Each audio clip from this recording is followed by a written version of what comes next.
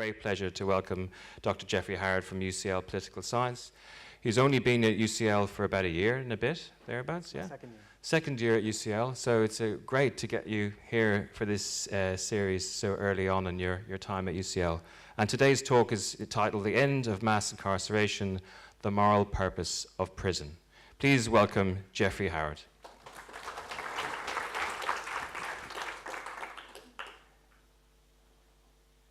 We are addicted to incarceration. We're addicted to incarceration in this country. In the past 65 years, the prison population in England and Wales has doubled twice. We are addicted to incarceration in my home country of the United States of America, which, despite having less than 5% of the world's population, has nearly 25% of the world's prisoners. We're addicted to incarceration for a lot of reasons. It's a complicated empirical story. Part of the story surely has to do with overcriminalization. A lot of the things that are criminalized are things that ought not to be criminalized. Part of the story has to do, no doubt, with disproportionately harsh punishments. We're sentencing people to prison for far too long. This all transpires against a backdrop of, in many countries, institutional racism that raises serious questions about the fairness of our criminal justice institutions. But I think there's something else going on here. I think we've lost our way. I think we've lost our way because we failed to discuss a very important question. And that's the question, what's the point of prison? What are we doing when we send people to prison? And I think we need, as democratic citizens, to have a conversation about that question. And to do so, we need to address an even more fundamental question, a question of political philosophy. And that's the question, what is the rightful purpose of punishment? And so it's that question that I'd like to engage with you today about. So I'd like to do three things in the course of the next half hour before we then open it up to a discussion. First, I'd like to outline the prevailing approaches to the moral justification of criminal punishment. Then I'd like to explore an alternative theory of punishment, my own theory, and I'll try to persuade you why this theory that I've been developing is the right way to think about punishment. And then I'm going to assess the implications of the alternative theory for the future of this phenomenon of mass incarceration. But first, we start with this own university's spiritual founding father, Jeremy Bentham, one of the most important sources of one of the most important theories of punishment. Now, as a great penal reformer, Bentham is widely known for his proposal for prison architecture, a proposal known as the Panopticon. The Panopticon was a design for prisons according to which prisoners would be situated around the circumference of the prison, and the guards would exist in a large tower in the center from which they could look down at the prisoners. And the structure of the prison was such that at any given time, a prisoner would never know, could never be sure whether he was being watched or not. So it was always rational to assume that you were being watched, and therefore this deterred people from engaging in wrongdoing. We have wonderful sources from the Bentham archives here with us today, including the original sketch of the architecture of the prison that Bentham commissioned. So please do come down afterward and have a look at some of this wonderful archive material.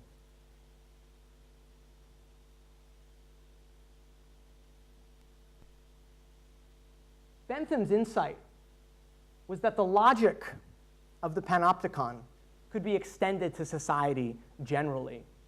I bet that on your walk here today, you were not afraid that you would be mugged or killed, right? You were not afraid that you would be mugged or killed on your walk here for a very, very simple reason. You have excellent grounds for believing that it would be irrational for anyone to try to mug or kill you. Because if they were caught, they would then be sent to prison. This, Bentham thought, was how a system of punishment ought to operate. It operates by supplying people with self-interested reasons to refrain from crime. And it's a very simple idea. People are morally weak. People's moral consciences are insufficient to motivate people to do what's right. So the law creates extra reasons, reasons of self-interest, that bolster the moral reasons we have to refrain from criminal behavior. And this succeeds in deterring people from wrongdoing. So this is probably by far the most common account of the justification of criminal punishment, a view that we can call punishment as deterrence. But there are three worries, at least, about this view. There are a lot more than three, but I'll just discuss three. The first worry goes like this. Imagine it were true that if we threatened execution for all theft, the rate of theft in society would plummet to just above zero. Right? Now, if you subscribe to the kind of moral philosophy that Bentham subscribed to, according to which the right rules and policies for society are those that maximize overall happiness, you'd be tempted to endorse this. Right? Almost no one would engage in theft, your property would be secure, and every once in a while when someone did engage in theft, his or her execution would be an important reminder to everybody that they shouldn't engage in theft because doing so is deeply irrational. Yet many people have the conviction that it would be wrong to execute people who engage in theft. Stealing a TV just isn't the sort of crime for which death is an appropriate response. And that's the first worry about this particular version of deterrence theory. It seems to license disproportionate punishments, punishments that strike us as intuitively objectionable. There's a second worry. This worry is put most famously by the philosopher Hegel, who observes that the mode, the way in which deterrent punishment prevents crime, is worrying. Here's how Hegel put it. To base a justification of punishment on threat is to liken it to the act of a man who lifts his stick to a dog. It is to treat a man like a dog, instead of with the freedom and respect due to him as a man. And Hegel's thought here is that we ought to view citizens, including criminal offenders, as the kinds of beings who can respond not just for self-interested reasons, not just in response to threats of pain, but for moral reasons. And deterrence bypasses people's moral capacities. It doesn't address them as people who are capable of hearing and understanding moral argument. It treats them like animals. Right? And there's that second objection. So it looks like deterrent punishment might fail to respect citizens as moral agents, as beings capable of understanding morality and being moved just by their appreciation of what's right. There's a third worry, however, and this probably is the biggest worry of all. It is sometimes said that certain crimes are undeterrable, and you could easily imagine circumstances in which a person committed a horrible, heinous crime, a crime of passion, say. And we knew that punishing this individual would perhaps have no deterrent effects on deterring similar crimes in the future. You might still insist that he should be punished. You might still insist that the individual deserves to suffer. This then is the final objection, and it's the idea that deterrence theory is too forward-looking. Sometimes when we're moved to punish someone, it's not simply in order to reduce the total amount of crime that takes place in the future. It's because punishment is what this individual deserves. Now, if that is an intuition you agree with, then you're in good company, because this is the second most important theory in the history of legal philosophers working on punishment. Immanuel Kant, the great German philosopher, is one of the most notable defenders of this particular theory. And he invites us to engage in a kind of thought experiment and to try to show why this theory is right. And the thought experiment goes like this. Imagine all of us are living together on a desert island. We've set up a government, we've set up criminal justice institutions, but one day we decide we're sick of it. We want to pack up shop and move to other parts of the globe. Kant says this: even if a civil society were to be dissolved by the consent of all its members, for example, if a people inhabiting an island decided to separate and disperse throughout the world, the last murderer remaining in prison would first have to be executed, so that each has done to him what his deeds deserve. And the thought here is, look, the murderer is just going to hang out on the island all by himself. And suppose the island's so far out of the way that we have good reason to predict that no one else will ever come to this island ever. Even so, Kant says, the murderer must die. And you might not agree with him about that, because you might disagree with him on the death penalty. But you might still agree with the principle underlying Kant's claim, which is the idea that we punish people because they deserve to be punished, not because it has any effect on the future behavior of other people who might therefore be deterred from engaging in crime, but because when people engage in serious moral wrongdoing, they deserve to suffer. And when we think about some of the most heinous barbaric crimes reported on the cover of the Daily Mail, and we get really angry at criminals, that's the intuition at work. Not these people should be punished to deter others, but these people should be punished, period. They deserve to suffer. So this is the idea of punishment as retribution, punishment as payback, or as it's sometimes called retributivism. Retributivism is the idea that it's intrinsically valuable when wrongdoers suffer because they deserve it. Intrinsically valuable meaning valuable in and of itself, not instrumentally valuable, which means valuable because of its effects. Now, I think retributivism is a really attractive theory, and the reason it's most attractive is because it takes criminal offenders seriously as grown-ups who need to be held responsible for what they've done. Retributivists are not sympathetic to arguments that people committed crime because of particular features of their psychology or because of particular features of their background or upbringing. Right? Retributivists insist that we view criminal offenders as responsible adults who need to be blamed and held accountable for what they've done. And there's something very attractive about that idea, and I think that's the main reason people have been drawn to retributivism as a view. But there are still some worries about this position, and here's one of them. So you might just wonder whether the intuition that sits at the bottom of the theory is actually right. How could suffering be valuable in and of itself? Is it really a good thing when offenders' lives are destroyed, when they go to a prison far away from their family, right? When their relationships are ruined, when they lose their job, right? When they lose all their friends? How could it be that these things are valuable, not because of their contingent consequences in deterring others, but just valuable in and of itself? Herbert Hart put the point like this: retribution appears to be a mysterious piece of moral alchemy in which the combination of the two evils of moral wickedness and suffering are transmuted into good. We tell our kids all the time that two wrongs don't make a right, and yet retributivism appears to rest on exactly this thought. Now, there are all sorts of sophisticated ways of trying to rescue the retributivist argument or give it a different basis, but this worry lingers, the worry that suffering can never be valuable in and of itself. There's a second worry about retributivism. This worry is raised by the philosopher Victor Tadros. And this worry appeals to the idea that if you're a retributivist, if you think that bad guys deserve to suffer, well, you probably also think, as an implication of that view, that good guys ought to have their lives go well.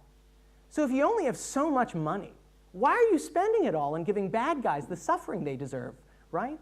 There's an asymmetrical treatment that retributivism perpetrates between bad people and good people. You could be abolishing prisons left and right and spending all that money, throwing big parties for all the good people, all the people who don't engage in crime. Surely that would be a better use of the revenue. This leads to a final worry, and this is the objection that if all prison is about, if all punishment generally about, is giving people the suffering they deserve, it's awfully expensive, right? It costs billions and billions and billions of pounds to do this, to run these institutions each year. And so you might think it's just a giant waste of money, even if you do think there's some sense in which it's valuable in and of itself when bad guys suffer. Right? Surely, if we oppose the abolition of the criminal justice system, it's because we think the purpose of punishment has something to do with the prevention of crime. And this is what deterrent theorists recognize and retributivists can't seem to capture. So how to move forward? We face this standoff. On the one hand, we have deterrent theory, which seems unattractive for all sorts of reasons. On the other hand, we have retributive theory, which seems unattractive for all sorts of reasons. And so a lot of the most exciting work in the field of the philosophy of punishment is trying to pave new approaches to thinking about what the moral justification of punishment is. And so one approach might be to try to rescue punishment from, to rescue the idea that punishment is about deterrence. So Jeremy Bentham famously defends his view of deterrence within his own utilitarian moral philosophy, according to which the right policies and laws are those that maximize overall happiness. This causes a lot of problem for the theory, and so you get very exciting books like The Ends of Harm by Victor Chadras, which try to rescue deterrence theory by placing it within a more rights-based framework. You have theories of punishment that argue that punishment is about communication. So in his influential book, Punishment, Communication, and Community, Anthony Duff famously argues that when we inflict punishment on wrongdoers, what we're doing is, as a society, sending a message, communicating to that wrongdoer that he or she has done something wrong and is therefore deserving of blame. And by accepting that punishment, the wrongdoer can apologize to his or her victims and to the wider community. Right? And I say power to both these projects, right? These are both really exciting projects. But I go a different way. I have a different idea of how we should justify criminal punishment, and that's what I want to talk to you about now.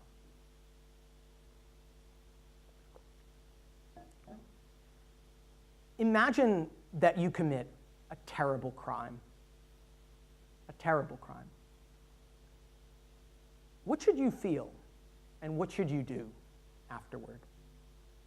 No doubt you should express regret for what you've done. No doubt you should come clean and confess and own up to what you've done. No doubt you should apologize for what you've done. No doubt you should try to compensate your victims, if possible, for what you've done. But there's one other thing I think that you should do. You ought to take measures that reduce the likelihood that you'll do something like that again. Right? You should be disturbed with yourself, with the unreliability of your moral capacities. And so you owe it to your fellow citizens to take measures to fortify your moral capacities, to reduce the likelihood that you'll act wrongly again.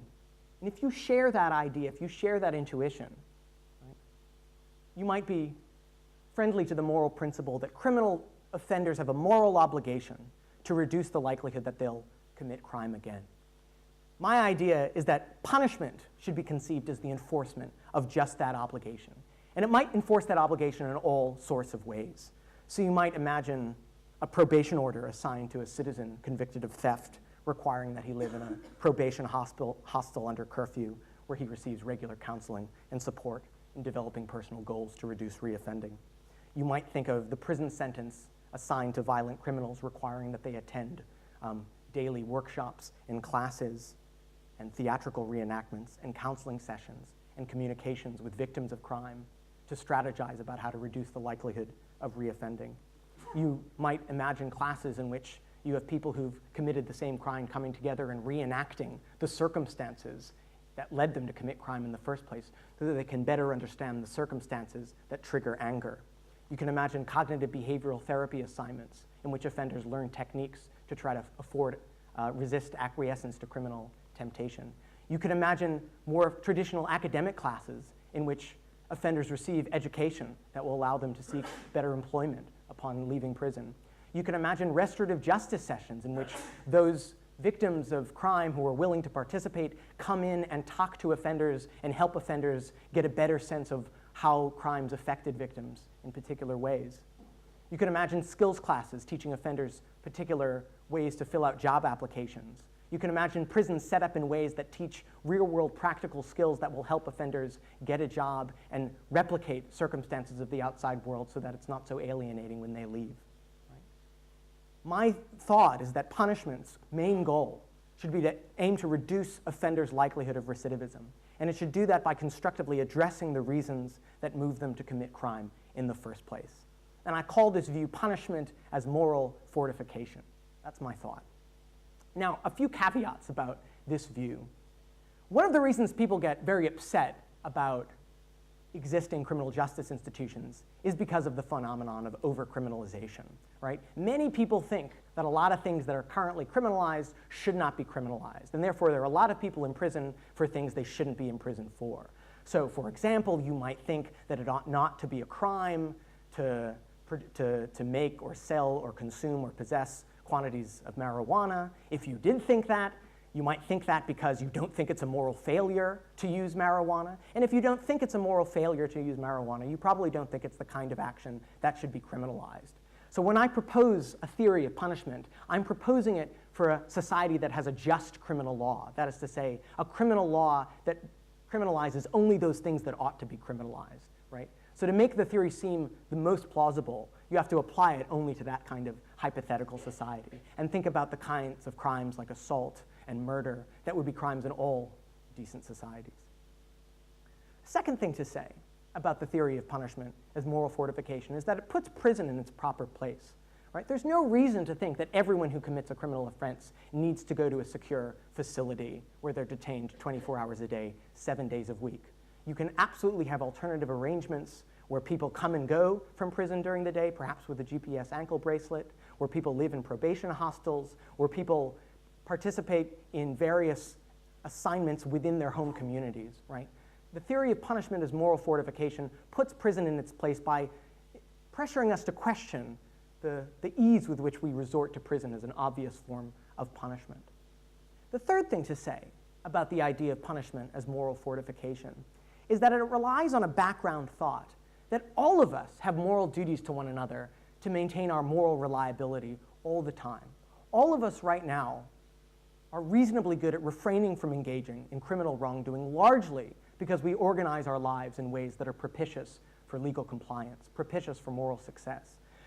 There but for the grace of God go I. We must recognize that there's a great deal of luck in being born into a particular segment of society where you're less likely to face temptations to engage in crime.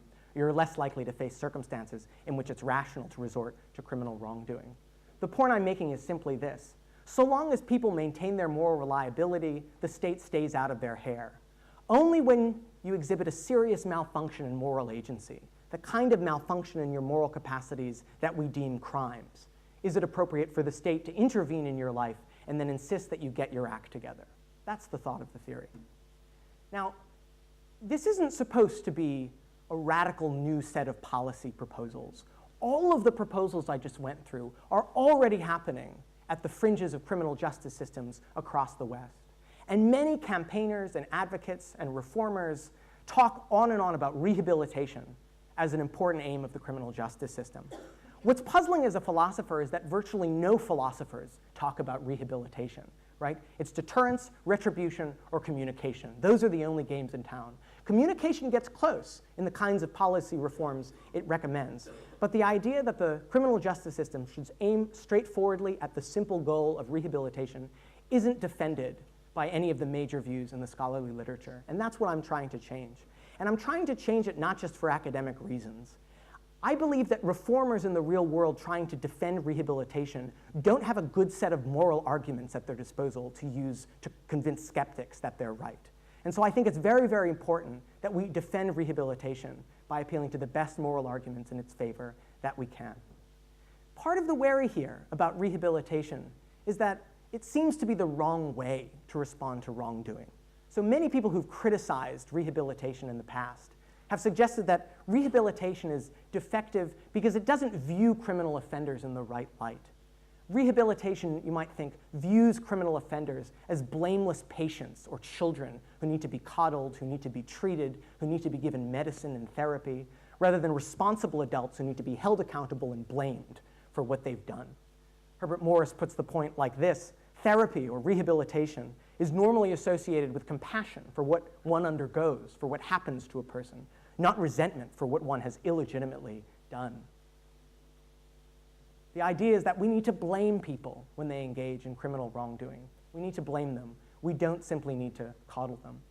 And my hope is that my theory of punishment as moral fortification avoids this classic objection to rehabilitative approaches.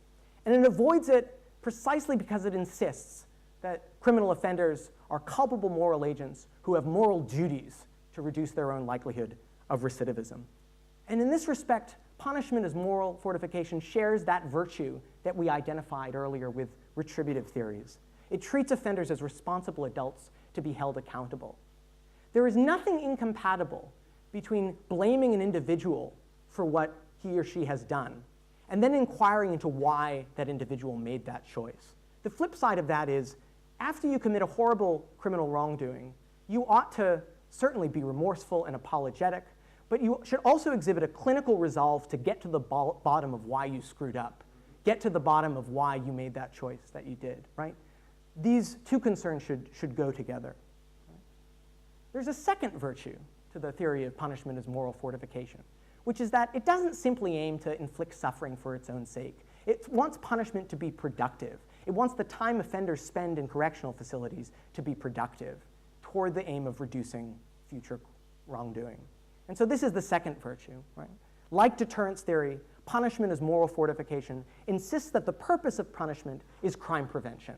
On this, deterrence theory and fortification theory are in lockstep with each other in denying the retributivist thought that we punish just for its own sake, for the sake of inflicting pain on those who do evil.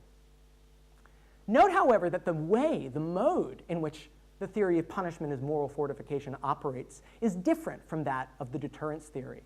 Right? It's not raising a stick to a dog, in Hegel's famous terminology. Rather, it aims to appeal to citizens and criminal offenders' sense of justice. It aims to help them reorganize their lives in ways that are propitious for future moral success. There's a third virtue to the theory. Punishment as moral fortification isn't supposed to be fun. It's not supposed to be easy.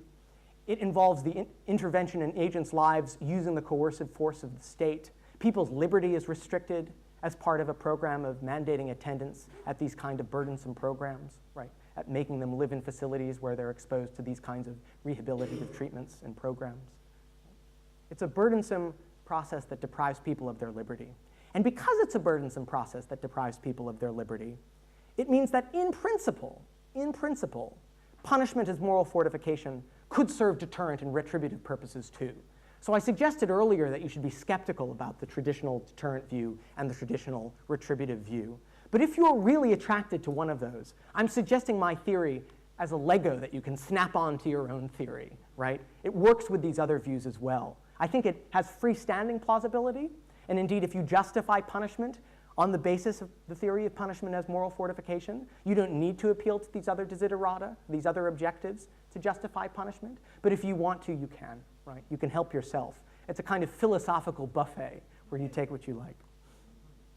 Now, I can already see that there are so many questions about whether this is a plausible theory for criminal justice. And I'm going to obviously turn to those questions shortly. And certainly, the article I've just published, which is forthcoming and available online, goes into much greater detail looking at objections to this theory and trying to explain why I think the theory can overcome the objections that no doubt some of you are already thinking about it. But I want to end by thinking about the implications of this theory for our current incarceration practices. We know that we use incarceration a lot. Here are some striking statistics. In the UK, roughly 46% of those released from prison are reconvicted within a year.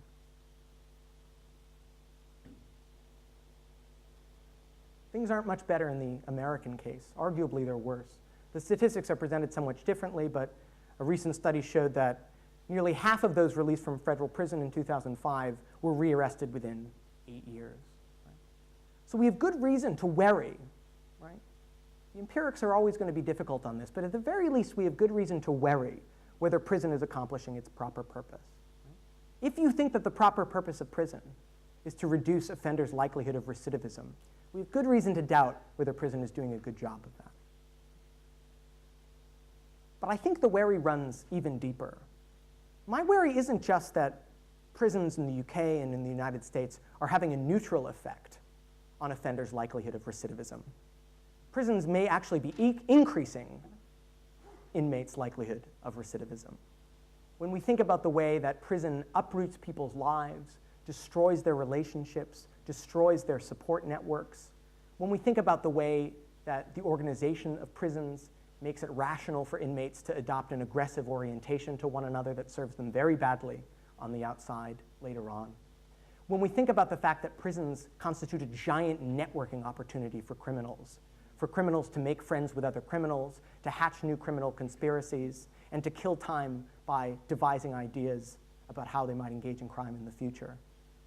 When we think about the fact that prison leaves people stigmatized in a way that makes it very difficult to recover their lives afterward, to get a job afterward, we have good reason to worry that prison is accomplishing the opposite of its proper purpose. Prisons may be actively working contrary to their proper aim. If we believe that punishment is about moral fortification, then we're reoriented in our understanding of what's wrong with prison. Because the point of prison should be to help people to leave as soon as possible. Now, there's a particular injustice that goes on, I think, when we as a state subject people to circumstances that make them less likely to be morally upstanding citizens. And my fear is that we're engaging in that injustice in the criminal justice system today. And I call that injustice subversion. And subversion, you might think, is just the opposite of fortification. It's a matter of decreasing people's likelihood that they're going to comply with their moral responsibilities. And I argue that subversion is one of the worst injustices you can perpetrate against another human being, to set them up to fail to live up to their own moral responsibilities to others.